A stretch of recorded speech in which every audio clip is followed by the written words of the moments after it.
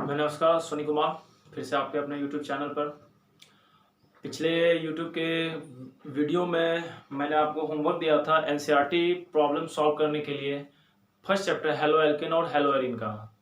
आप लोगों ने कमेंट बॉक्स में अपने प्रॉब्लम भी भेजे हैं, सेंड किए हैं, उसे मैं देख लिया हूँ, जिसको मैं डील करने जा रहा हूँ। तो थोड़ा सा उससे पहले मैं बेसिक आपको बता देना चाहता हूँ। हो सकते हैं कुछ बच्चे अब्सेंट होंगे या कुछ बच्चे पहली बार देख रहे होंगे तो उनके समझ में आए। तो हम लोग चल रहे हैं IUPAC नोमेनक्लेचर। तो एक दो क्लास हम काफी लंबा बनाने वाले हैं IUPAC नोमेनक्लेचर पे, बिकॉज ये आपके लिए काफी इंपॉर्टेंट है हर एक एग्जाम में। और स्पेशली आज जो मैं आपको IUPAC नोमेनक्लेचर बताने जा रहा हूँ, ये स्पेशली आपके नीट और IIT के लिए काफी हेल्पफुल होगा और अदर कंपटीशन के लिए भी। तो IUPAC नोमेनक्लेचर हम लोग चल रहे हैं दो। आप जानते हैं किसी भी ऑर्गेनिक कंपाउंड का दो नोमेनक्लेचर, कॉमन नोमेनक्लेचर होता है, IUPAC नोमेनक्लेचर होता है। आज हम बेसिकली मेनली आपको एनसीईआरटी डील करेंगे और एक स्पेशल क्लास हम लेकर उसमें अच्छे से कॉमन नोमेनक्लेचर और IUPAC नोमेनक्लेचर को और अच्छे गहराई से हम आपको समझाएंगे। तो हम आज चल रहे हैं IUPAC नोमेनक्लेचर। IUPAC नोमेनक्लेचर को हिंदी में आयुपेक नामांकन पद्धति कहते हैं। आप ध्यान अच्छे से रखिएगा, कंफ्यूज नहीं होइएगा। अधिकतर बच्चे इस पॉइंट पर कंफ्यूज हो जाते हैं। तो IUPAC नोमेनक्लेचर हम लोग आज चलेंगे हेलो एल्केन और हेलो एरिन में, हेलो एल्केन और एंड हेलो एरिन में, halo alkane and hello Erin में। ठीक है, तो हम लोग चलते हैं। मेरा टॉपिक है हेलो एल्केन और हेलो एरिन। इसके बारे में हमने आपको अच्छे से क्लास में समझा रखा है कि हेलो एल्केन और हेलो एरिन क्या होता है और इससे रिलेटेड IUPAC नेमिंग भी हमने आपको बताया है। लेकिन होता क्या है बच्चों कि एनसीईआरटी का जो प्रॉब्लम होता है कुछ अच्छे स्टैंडर्ड का होता है और जिसको बना लेने के बाद आपका IIT और नीट या कोई भी अदर कंपटीशन अच्छे से डील हो जाएगा। तो आप समझिए पहले हेलो एल्केन और हेलो एरिन कॉन्सेप्ट को थोड़ा सा अच्छे से यहीं पर समझ लेंगे हम लोग कि हेलो एल्केन कहने का तात्पर्य ये है कि हेलो प्लस एल्केन। ठीक है, हेलो एल्केन कहने का अर्थ है हेलो प्लस एल्केन और हेलो एरिन कहने का अर्थ है हेलो प्लस एरिन। ठीक है, अब हेलो एल्केन में हम लोग जहां बात करें एल्केन के बारे में आपको अच्छे से पता है। इस प्रीवियस वीडियो में हमने कई बार एल्केन के बारे में बताया है और फिर आज हम आपको बता रहे हैं कि एल्केन का कॉमन फॉर्मूला CnH2n+2 होता है। अब आइए, हेलो टर्म आया हेलोजन से और हेलोजन को X से डिनोटेड किया जाता है और इसके मेंबर हैं यानी जो इसके ग्रुप एलिमेंट हैं वो फ्लोरीन, क्लोरीन, ब्रोमीन, आयोडीन है। ठीक है, आप जानते हैं कि X को यहाँ हेलो लिखा गया तो निश्चित रूप से Fl को फ्लोरो लिखा जाएगा, Cl को क्लोरो लिखा जाएगा, Br को ब्रोमो लिखा जाएगा, I को आयोडो लिखा जाएगा। अब रह गया इसके पीरियोडिटी ऑर्डर। चूंकि जब आप नेमिंग लिखना IUPAC शुरू करोगे तो उसका एक इंपॉर्टेंट सिचुएशन आपके लिए गंभीर परिस्थिति तब बन जाती है जब ये फंक्शनल ग्रुप की पीरियोडिटी को जान के उसका स्थान देना होता है कि इसमें से कौन बड़ा है, किसको पहले दिया जाए या किसको बाद में लिखा जाए। तो उसके लिए हम आपको ऑर्डर लिख रहे हैं। अगर अल्फाबेटिकल ऑर्डर पे सजाया जाए, दो ऑर्डर में ये सजे होते हैं, एक अल्फाबेटिकल ऑर्डर, अल्फाबेटिकल ऑर्डर। अगर अल्फाबेटिकल ऑर्डर में इसको अरेंज करें तो सबसे पहले B ब्रोमो, फिर C क्लोरो, फिर F फ्लोरो, फिर I आयोडो।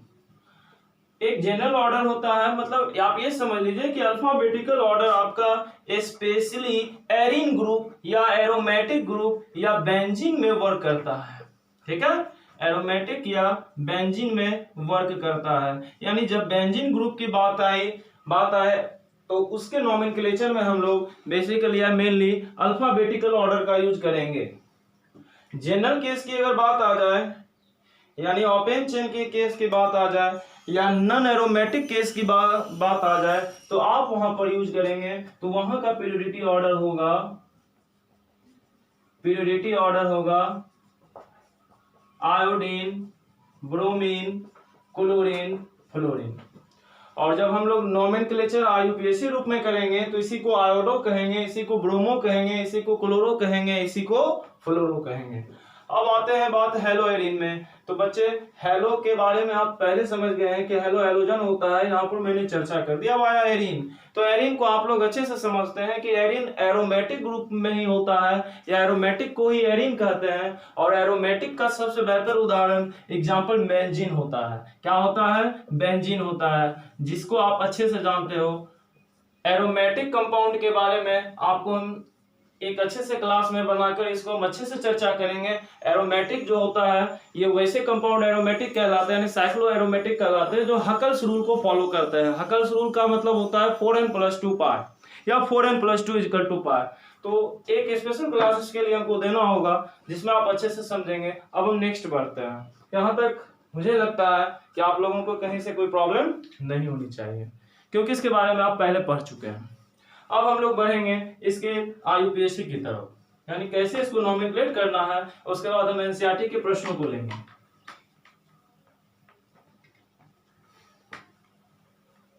कुछ और इसमें कॉन्सेप्ट है जिसे आप पहले समझ लें।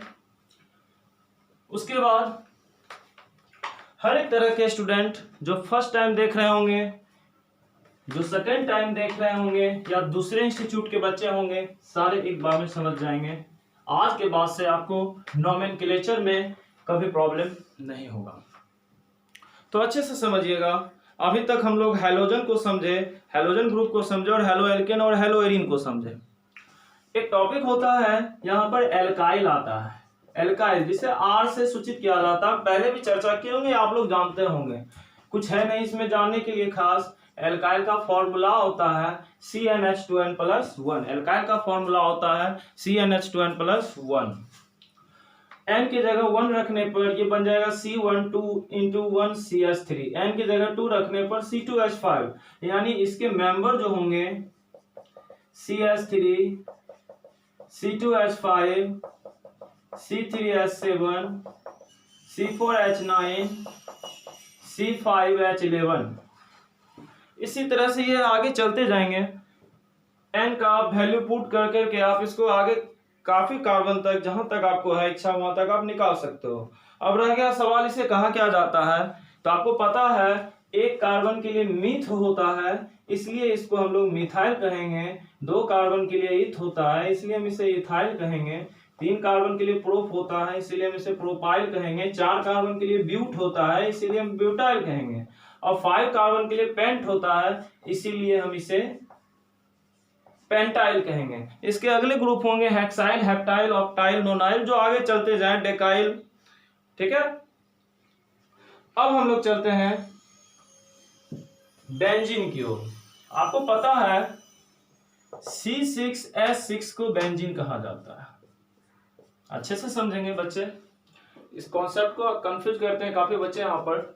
C6H6 को बेंजीन कहा जाता है।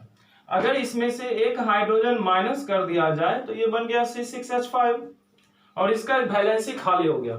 ठीक है, ये बन गया C6H5 और इसका एक वैलेंसी खाली हो गया।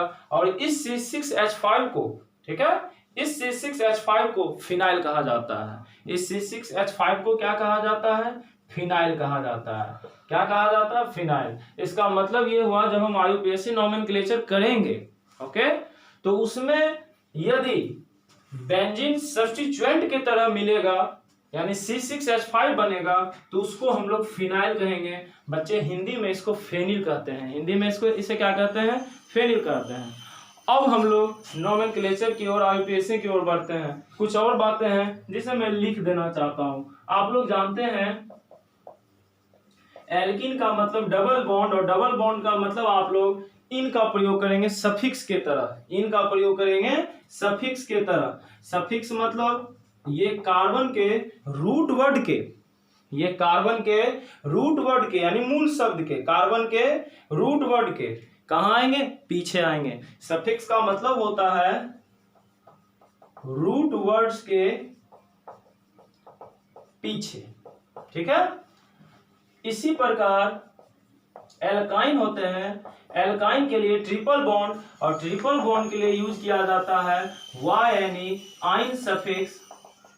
और ये भी होते हैं रूट वर्ड्स के पीछे लिखाते हैं। रूट वर्ड्स बच्चे किन्हें कहते हैं, तो यानी हमारा जो कार्बन के लिए मिथ होता है, इथ होता है, प्रोप होता है, ब्यूट होता है, पेंट होता है, इसे ही रूट वर्ड कहा जाता है। इसे क्या कहा जाता है, रूट वर्ड कहा जाता है। तो एल्कीन के लिए हम लोग डबल बॉन्ड, ये सफिक्स होते हैं। एल्काइन के लिए ट्रिपल बॉन्ड, ये भी सफिक्स होते हैं। ये भी रूट वर्ड्स के पीछे लिखे जाएंगे। उसी प्रकार अगर हम एक्स की बात करें, हैलोजन की बात करें, हैलो ग्रुप की बात करें, तो ये प्रीफिक्स होते हैं। ये क्या होते हैं, ये प्रीफिक्स होते हैं बच्चे। ये फंक्शनल ग्रुप में नहीं आते हैं, ठीक है। इसे सब्स्टिट्यूएंट ग्रुप कहा जाता है। जब एल्काइल हैलाइड साथ होते हैं तो उसे फंक्शनल ग्रुप कहा जाता है। तो ये प्रीफिक्स होते हैं। हेलो ग्रुप क्या होते हैं, प्रीफिक्स होते हैं। प्रीफिक्स मतलब क्या होता है, सफिक्स मतलब होता है रूट वर्ड्स के पीछे, और प्रीफिक्स का मतलब होता है जिन्हें रूट वर्ड्स के पहले लिखा जाता है। कहाँ लिखा जाता है, रूट वर्ड्स के पहले। यहां तक आप उतार लीजिए, और जो उतारे हुए होंगे वो एक बार इसको अच्छे से समझ लीजिए। अब हम यहां से आगे बढ़ रहे हैं। बेसिकली हम इसलिए वीडियो बना रहे हैं कि वैसे बच्चे जो बच्चे क्लास अटेंड नहीं कर पाते हैं, जिनके पास मजबूरी है, वे इस वीडियो को देखकर अधिक से अधिक लाभ उठा पाएंगे। अब हम लोग आगे चलते हैं। अब हम लोग थोड़ा सा और समझते हैं, उसके बाद हम लोग क्वेश्चन पर आएंगे एनसीईआरटी प्रॉब्लम पर। थोड़ा सा और समझना ये जरूरी है कि जब कोई भी, ठीक है, व्हेन एनी ऑर्गेनिक कंपाउंड्स या एलिमेंट्स जो भी हो, ठीक है, समान हो, क्या हो, समान हो, इक्वल हो, ठीक है, तो जनरली हम लोग उसके लिए क्या यूज करते हैं, अगर 2 हो, 2 तो उसके लिए डाई प्रयोग किया जाता है। अगर 3 हो तो उसके लिए ट्राई प्रयोग किया जाता है। अगर 4 हो उसके लिए टेट्रा प्रयोग किया जाता है। अगर 5 हो तो उसके लिए पेंटा प्रयोग किया जाता है। अगर 6 हो तो उसके लिए हेक्सा प्रयोग किया जाता है। अगर 7 हो तो उसके लिए हेप्टा प्रयोग किया जाता है। हेक्सा, 7 के लिए हेप्टा, इसी प्रकार ये चलता है।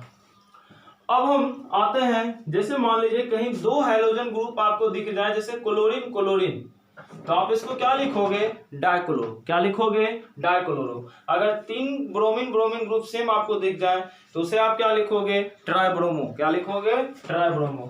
अगर 3 ब्रोमीन ग्रुप आपको दिख जाए तो उसे क्या लिखोगे, ट्राई ब्रोमो। अगर 4 दिख जाए, टेट्रा ब्रोमो। अगर मिथाइल 2 दिख जाए, डाई मिथाइल। अगर 5 दिख जाए, पेंटा मिथाइल। अब हम लोग एनसीईआरटी के क्वेश्चन पर आते हैं, और काफी डिटेल से, काफी अच्छे से आपको हम समझाते हुए फिर आगे बढ़ेंगे, ठीक है। तो यहां से हम प्रश्न लेना शुरू कर रहे हैं। जिन बच्चों को अभी भी समझ में नहीं आया होगा वो कमेंट बॉक्स में जाकर कमेंट करेंगे, और हम एक आईयूपीएससी के लिए स्पेशल हम क्लास लेंगे, ठीक है। अगर समझ में आ जाए काफी अच्छा है। ऐसे हम काफी कोशिश कर रहे हैं जीरो से चलने की, बेसिक से चलने की, जिससे सभी तरह के बच्चे समझ जाएं। अब हम लोग चलते हैं एनसीईआरटी के प्रश्न को लेना शुरू करते हैं, ठीक है। तो हम लोग अब चल रहे हैं एक्सरसाइज नंबर 10.1, एक्सरसाइज नंबर 10.1, जिसमें आपके आईयूपीएससी नेमिंग के बारे में बताया गया है, ठीक है। आपका एक्सरसाइज नंबर है 10.1, एनसीईआरटी का है, जिसमें फर्स्ट क्वेश्चन आपका है CH3 का होल ट्वाइस CH CH3। मेरे प्यारे बच्चों, इसको हम आप यहां से समझाना शुरू करते हैं, और आप अच्छे से इनको समझेंगे, और यहीं पर हम आपको अगर कुछ जरूरत हो तो हम इसके लिए बेसिक पॉइंट में आपको बता देंगे बगल में। ये कंडेंस फार्मूला है। इस प्रकार के फार्मूला को कंडेंस फार्मूला कहा जाता है। इसको आइए ओपन करना सीखिए अच्छे से, पहले इसको बनाना सीखिए, स्ट्रक्चर को पहले ओपन करना सीखिए कैसे किया जाएगा। यहाँ CH3 का होल ट्वाइस का मतलब 2 CH3 है, और ये 2 CH3 किस कार्बन पर है, तो इस कार्बन पर, ठीक है। 2CH3 किस कार्बन पे है, उसके बगल में जो ओपन यानी जो कार्बन बिना ब्रैकेट का है उस कार्बन का वो कंजुगेट है या उस कार्बन का सहयोगी है। तो ये 2CH3 इस कार्बन पे, तो पहले इस कार्बन को लिख दो, लिख दिया 2CH3 मतलब एक CH3, ठीक है। अब इस C के साथ एक H भी दिख रहा है, H को लिख लो, इस C का काम खत्म हो गया। फिर से समझ लो, इस C पे 2CH3, फिर इस C पर H, तो C पर H, अब बगल में आया नेक्स्ट, फिर ये C। अब इधर वाला तो काम हो गया, अब इधर बचा H और Cl, अब यहां है CH3। फिर से समझ लेंगे, जो ब्रैकेट के अंदर होता है उसको उसी कार्बन पे लिखा जाता है या उसी कार्बन का वो वैलेंसी होता है जो बगल में खुला कार्बन यानी जो विदाउट ब्रैकेट है। तो ये CH3 जो है ब्रैकेट उसके जस्ट बगल में, उसका जस्ट पड़ोसी हमारा कौन सा कार्बन है, ये कार्बन है। तो इस कार्बन पे ये 2CH3 को दिया गया। अब इसमें सबसे पहला रूल इसमें ये अप्लाई होता है, पेरेंट चेन सिलेक्शन। सबसे पहला रूल क्या होता है, पेरेंट चेन सिलेक्शन। और आपको पता है हम नोमेनक्लेचर कर रहे हैं, ऑर्गेनिक पढ़ रहे हैं, तो इसमें सिर्फ काउंटिंग होगी कार्बन की। किसकी काउंटिंग होगी, केवल कार्बन की। तो पेरेंट चेन का मतलब ये हुआ कि हम कहीं से भी कार्बन से काउंट करेंगे, कार्बन से शुरू कर सकते हैं। जैसे यहां से काउंट शुरू करें 1 2 3 4, अगर इस डायरेक्शन में जा रहे हैं 4 कार्बन मिलेंगे। अगर यहां से आ रहे हैं 1 2 3 4, यहां से भी आए 4 कार्बन मिलेंगे। 1 2 3 4 यहां से भी आए 4 कार्बन मिलेंगे। मतलब हर एक स्थिति में कार्बन 4 ही आ रहे हैं। आप कहिएगा कि सर हम यहां से शुरू कर दें, नहीं, किसी आपको एक लास्ट वाले पॉइंट से शुरू करना हो तो यहाँ कार्बन ड्रॉप हो रहा है, छूट रहा है, तो यहां से नहीं कर सकते। हम यहां से क्यों नहीं कर सकते, यहां से आ सकते हैं, यहां से भी आप नहीं कर सकते। यानी लास्ट पॉइंट से आपको करना है, लास्ट या बिगिनिंग पॉइंट से, चाहे यहाँ कार्बन है, चाहे यहाँ कार्बन है, चाहे यहाँ कार्बन है। और ऐसा भी नहीं करना है कि जैसे 1 2 3 4 और फिर 5 रिटर्न नहीं होना है। अब हम पेरेंट चेन हमको मिल गया 1 2 3 4 या 1 2 3 4। अब डिपेंड करता है कि जो उसे सब्स्टिट्यूएंट ग्रुप मिल रहा है, यानी जो सब्स्टिट्यूएंट ग्रुप ड्रॉप हो रहा है या तो उसमें जो ग्रुप है या कोई भी फंक्शनल ग्रुप या एटम ग्रुप जो भी है ड्रॉप हो रहा है, उसको हम पहले देखेंगे कि किस ओर से सबसे नजदीक कार्बन पे मिल रहा है। यहां से काउंट करते हैं तो 1 कार्बन 2 कार्बन 3 कार्बन 4 कार्बन। जब CH3 पे, गौर से सुनिएगा हम क्या कहना चाह रहे हैं, जिस CH3 का कार्बन काउंटिंग में आ जाए, यानी जिस CH3 के कार्बन को काउंट कर दें, वो कार्बन कभी मिथाइल इथाइल नहीं हो सकता है। ठीक है, जिस कार्बन की गिनती होती है, जिस कार्बन की गिनती होती है वह एल्काइल समूह नहीं होता है, वह एल्काइल समूह नहीं होता है। ठीक है, वह एल्काइल समूह नहीं होता, यानी इसको गिन लिए, अब यह एल्काइल नहीं है, इसको काउंट कर लिया एल्काइल नहीं, इसको काउंट कर लिया एल्काइल नहीं, इसको काउंट कर लिया एल्काइल नहीं है, ये अगर बच गया तो ये एल्काइल समूह है। अब हम काउंटिंग किधर से करें, यहां से कर रहे हैं तो एल्काइल ग्रुप ये बना नहीं है तो मेन में आ गया, तो इधर से काउंट कर रहे हैं तो 2 पे Cl मिल रहा है, इधर से काउंट कर रहे हैं तो 2 पे CH3 ड्रॉप हो रहा है, 2 पर CH3 ड्रॉप हो रहा है। अब सवाल उठता है कि क्लोरीन हैलोजन ग्रुप है, CH3 एल्काइल ग्रुप है, सीनियर इसमें से कौन है, तो आइए हम ध्यान से आपको दिखाते हैं। हैलोजन से छोटा होता है एल्काइल ग्रुप। ठीक है, और आप ऐसे लिख सकते हैं, बहुत बड़ा प्रायोरिटी ऑर्डर है, लेकिन इसमें आपका इसी से काम हो जाएगा। डबल बॉन्ड से छोटा ट्रिपल बॉन्ड से छोटा हैलोजन और हैलोजन से छोटा एल्काइल। इस प्रायोरिटी ऑर्डर में फंक्शनल ग्रुप को हम अच्छे से लिखेंगे तो इसमें नाइट्रो भी आता है, नाइट्रो के बाद हैलोजन आता है, हैलोजन एल्काइल, बिकॉज नाइट्रो का यहाँ उपयोग नहीं है, जिसका उपयोग उसी को लेकर हम चल रहे हैं। तो यहाँ पर आप देख सकते हैं बड़ा डबल बॉन्ड ट्रिपल बॉन्ड, उससे छोटा हैलोजन, उससे छोटा एल्काइल। यहाँ तो डबल बॉन्ड ट्रिपल बॉन्ड कहीं नहीं है, तो यहाँ पर केस है एल्काइल का, मिथाइल का और हैलोजन का।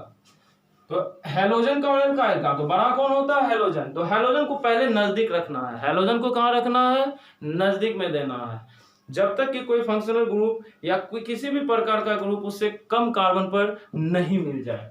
अगर यहां से काउंट कर रहे हैं तो यहाँ तो कोई फंक्शनल ग्रुप नहीं है, यहां से काउंट कर रहे हैं यहाँ भी कोई नहीं है, तो नेक्स्ट देखना, अगर यहाँ से नेक्स्ट जा रहे हैं तो 2 पे Cl मिल रहा है, और इधर से नेक्स्ट आ रहे हैं तो 2 पे CH3 मिल रहा है, तो 2 पे CH3, 2 पर ही Cl, तो किसकी प्रायोरिटी ऑर्डर अच्छी होगी, तो जो बड़ा फंक्शनल ग्रुप है उसको हम पहले सेलेक्ट करेंगे, या बड़ा ग्रुप है उसको हम पहले सेलेक्ट करेंगे। तो बड़ा यहाँ पर क्लोरीन है, तो काउंटिंग मेरा क्या होगा, इधर से इधर, तो 1 2 3 4।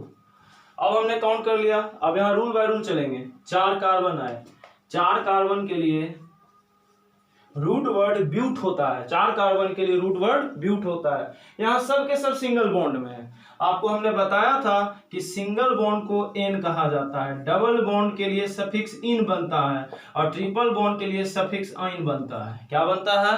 आइन बनता है। तो ब्यूट है यहाँ पर, तो सफिक्स क्या हो जाएगा? एन हो जाएगा। वो भी किस प्रकार का सफिक्स होगा? Primary suffix. किस प्रकार का सफिक्स होगा? Primary suffix. तो यहाँ पर आप एन लगा दो, ये हो जाएगा ब्यूटेन। अब यहां से काउंटिंग करना शुरू करो। 3 पर CH3 है, 2 पर Cl है। आपको पहले भी बता चुके हैं कि हैलोजन प्रीफिक्स होता है और एल्काइल भी प्रीफिक्स होता है। एल्काइल भी क्या होता है? प्रीफिक्स। यानी इसको इस रूट वर्ड के पहले लिखना है। लिख दो। 2 पे क्या ड्रॉप है? Cl, 2 chloro. 3 पर क्या ड्रॉप है? मिथाइल। यानी आपको पहले बता चुके हैं कि 3 पर CH3 ड्रॉप हो रहा है और CH3 को हम लोग क्या कहते हैं? मिथाइल। हाइड्रोजन का नोमेनक्लेचर किया नहीं जाता है, 4 कार्बन के लिए ब्यूटेन होता है, तो इसका नेमिंग हो गया 2 क्लोरो 3 मिथाइल ब्यूटेन। क्या नेमिंग हो गया? 2 क्लोरो 3 मिथाइल ब्यूटेन। अभी हमारा रूट वर्ड है। अब यहाँ पर एक काम और करना होता है कि ये जो ग्रुप है इसको भी अल्फाबेटिकल ऑर्डर में सजाया जाता है। संजोग से ये सजा हुआ है, C पहले आता है और M बाद में आता है, तो ये सही है। अगर यहाँ हम M पहले आता, C बाद में आता, तो इसको हम पलट के लिखते, यानी M वाले को इधर करते और C वाले को इधर करते। ठीक है, तो आप समझ गए होंगे। इसको थोड़ा सा हम और अच्छे से समझा देते हैं। अगर ऐसे रहता तो आप क्या करते? मतलब अगर ऐसे हम लिख देते 3 मिथाइल 2 क्लोरो ब्यूटेन, तो क्या यहाँ पर होता है? तो हम पहले चेंज करते हैं। यहाँ C अल्फाबेटिकल में पहले आता है और M अल्फाबेटिकल में बाद में आता है, तो पहले लिखते हैं 2 क्लोरो 3 मिथाइल और ब्यूटेन। ठीक है, इस पर एक और हम आपको प्रॉब्लम दे रहे हैं, एक और हम आपको इस पर प्रॉब्लम बता देते हैं, और इसके बाद आप इसको अच्छे से बनाइएगा, जिससे कि हम नेक्स्ट क्लास में अच्छे से नोमेनक्लेचर खत्म कर सके, यानी एनसीईआरटी के हेलोएल्केन हेलोएरिन का सारा एक और हम आपको बता दे रहे हैं, जिसको आप अच्छे से समझिए। उसके बाद उम्मीद करते हैं कि हमको बताने की आवश्यकता नहीं पड़ेगी। ऐसे आप देख लेंगे। आपका नेक्स्ट क्वेश्चन है, सेकेंड क्वेश्चन छोड़ देते हैं हम, थर्ड पे ड्रॉप कर देते हैं, 4 पे आते हैं। 4 वाला देखिए, समझिएगा। CH3 whole thrice C CH2 CH Br C6H5। अब इसको अच्छे से आप समझिए कि इसको कैसे डील करना है। सबसे पहले आपको दिख रहा होगा बगल में C6H5, तो ये फिनाइल, बेसिकली फिनाइल तब होगा जब ये सब्स्टिट्यूएंट होगा। पहले इसको ड्रॉ करना शुरू करो। CH3 कितने? 3 CH3 हैं, तो बगल में कौन सा फ्री कार्बन? इस कार्बन का, यानी 3 CH3 है। 3 CH3 दो दे दिया मैंने। फिर क्या है? CH2 है। फिर क्या है? C। ये H और Br है, यानी पीछे वाला कंप्लीट है, तो H और Br भी इसी का होगा मेन। तो H ऊपर Br नीचे, या H नीचे Br ऊपर। अब C6H5 बना दो। ऑटोमेटिक है कि बेंजीन में 6 H होते हैं, और एक अगर इसने ले लिया, इस कार्बन को दे दिया, तो बचे ये सब के ऊपर 5 H, यानी 5 H। 1 H, 2 H, 3 H, 4 H और 5 H। हमको नहीं लगता कि आपको प्रॉब्लम हो रहा होगा। अब इसका नोमेनक्लेचर करो। ठीक है, तो नोमेनक्लेचर देखो, इसको 2 तरह से आप कर सकते हो। एक नोमेनक्लेचर स्टेप ये हो सकता है कि आप इसको मेन बनाओ पेरेंट और इसको साइड बनाओ, या तो एक हो सकता है इसको पेरेंट बनाओ और इसको साइड बनाओ। मेनली क्या होता है कि बहुत सारे जहां बड़े फंक्शन ग्रुप होते हैं उसको मेन ग्रुप बना दिया जाता है और अदर वाले को साइड बना दिया जाता है। अगर इसको मेन बनाएंगे, चूंकि इसमें डबल बॉन्ड है और कार्बन के डेरिवेटिव भी ज्यादा है, तो इसको आप मेन बना सकते हो, इसको साइड, या इसको मेन बना दो तो इसको साइड। तो पहले इसको मेन बना के उसको साइड करके लिखते हैं। तो सारे ग्रुप जो इस पे, यानी जो सब्स्टिट्यूएंट मिल रहे हैं इस कार्बन से, 1 2 3 4 5 6। अब देखिए 1 पर क्या क्या ड्रॉप हो रहा है। तो मेन तो ये हो गया, काउंट हो गया। अब यहाँ 1 लिखेंगे तो इसको डैश लगा देंगे, 1 डैश 2 डैश 3 डैश 4 डैश। अब देखिए क्या क्या ड्रॉप हो रहा है। 1 डैश पर Br, 1 डैश ब्रोमो, 3 डैश पर मिथाइल, ऊपर भी मिथाइल नीचे भी मिथाइल, 3 डैश डाई मिथाइल। ठीक है, 3 डैश डाई मिथाइल। डाई क्यों लगा? क्योंकि 2 CH3 ग्रुप है। कितने CH3 ग्रुप है? 2 CH3 ग्रुप है, सेम है, और सेम के लिए डाई का प्रयोग होता है। तो 3 डैश डाई मिथाइल। और 4 कार्बन के लिए ब्यूटेन कभी नहीं लिखना, ब्यूटाइल। क्यों? क्योंकि ये पेरेंट हो गया, ये मेन हो गया, और ये सब्स्टिट्यूएंट है, और सब्स्टिट्यूएंट एल्काइल होता है, तो इसको कहेंगे 4 कार्बन के लिए ब्यूटाइल। और ये बीच वाला मेरा क्या हो गया? इसको आप जानते हो बेंजीन। क्या हो गया? बेंजीन। क्या हो गया? ये बीच वाला क्या हो गया? बेंजीन। लेकिन अगर हम इसको मेन मान लें, ठीक है, अगर हम इसको मेन मान लें और इसको फिनाइल बना दें, क्यों? क्योंकि यहां कहा जा रहा है C6H5, और C6H5 फॉर्मूला किसका होता है? तो फिनाइल का। अगर फिनाइल के डेरिवेटिव में लिखें, किसके डेरिवेशन में? इसको फिनाइल के फॉर्म में लिखना है। किसके फॉर्म में लिखना है? तो फिनाइल के फॉर्म में लिखना है। तो आप समझेंगे कि फिनाइल के फॉर्म में इसको किस प्रकार लिखा जाएगा। तो समझिए, तो फिनाइल के फॉर्म में काउंटिंग होने का आधार क्या होगा, अच्छे से समझिएगा। अब क्या होगा ये समझो। तो मेन इसको मान है, साइड इसको, तो काउंट किधर से करें? यहां से करें या यहां से करें? यहां से करेंगे तो 1 पे बेंजीन यानी फिनाइल मिल रहा है, यहां से करेंगे तो 1 पे कोई फंक्शनल ग्रुप नहीं मिल रहा या किसी प्रकार का ग्रुप नहीं मिल रहा, तो काउंट इधर से होगा 1 2 3 4। अब 1 पर बेंजीन मिल रहा है, यानी इसको आप C6H5 कह रहे हो। क्या कह रहे हो? C6H5 फिनाइल मिल रहा है। आप लिखोगे 1 फिनाइल। क्या लिखोगे? 1 फिनाइल। अब 1 पर क्या ड्रॉप हो रहा है? Br, 1 bromo. अब देखो 3 पर CH3 फिर सेम है, यानी एक बार 3 पर ऊपर भी CH3 और 3 पर एक बार नीचे भी CH3, तो इसको हम लोग लिखेंगे 3